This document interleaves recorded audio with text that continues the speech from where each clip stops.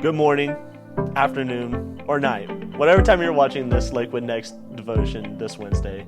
I'm excited to sit down with you and talk about today's passage, Matthew 25, 1 through 13, the parable of the 10 virgins.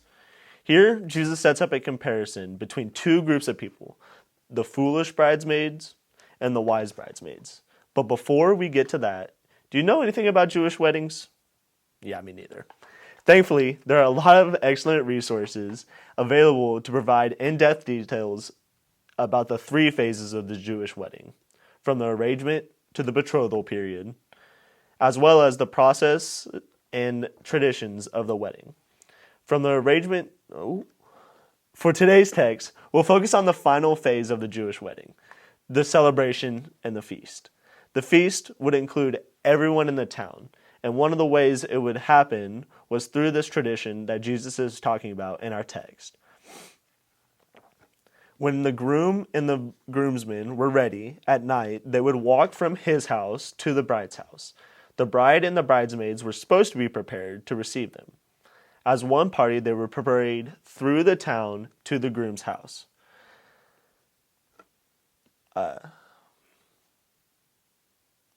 Carrying lamps and oil, being sure to take the longest route possible so the entire town could congratulate them and possibly toss some money their way. Once they got back to the groom's house, it started a week-long feast. Now with some context out of the way, let's get into our text. If you have your Bibles ready, please join me in reading the first verse of chapter 25. At that time, the kingdom of heaven will be like 10 virgins who took their lamps and went out to meet the bridegroom. 5 of them were foolish, and 5 were wise. The foolish ones took their lamps, but did not take any oil with them. The wise ones, however, took oil in jars along with their lamps.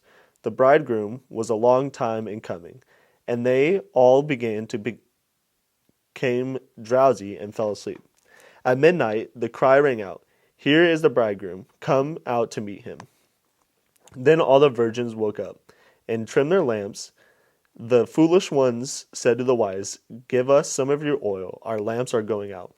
"No," they replied, "there may not be enough for both of us and you.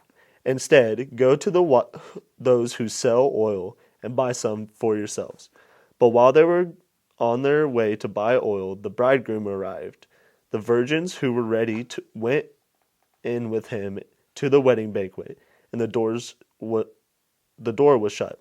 Later, the others also came. "Lord, Lord," they said, "open the door for us." But he replied, "Truly I tell you, I do not know you. Therefore, keep watch, because you do not know the day or the hour."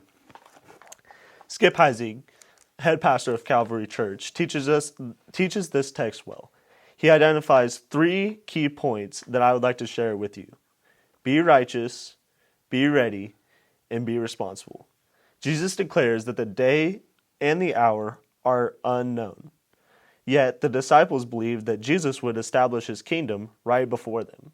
However, Jesus' illustration of the late and unlikely arrival of the bridegroom conveys that the second coming will be something that may or may not occur in their lifetimes. It has now been 2,000 years since Jesus said he would return, and Heitzig draws an excellent connection between the bridesmaids who fell asleep and the busyness of our lives.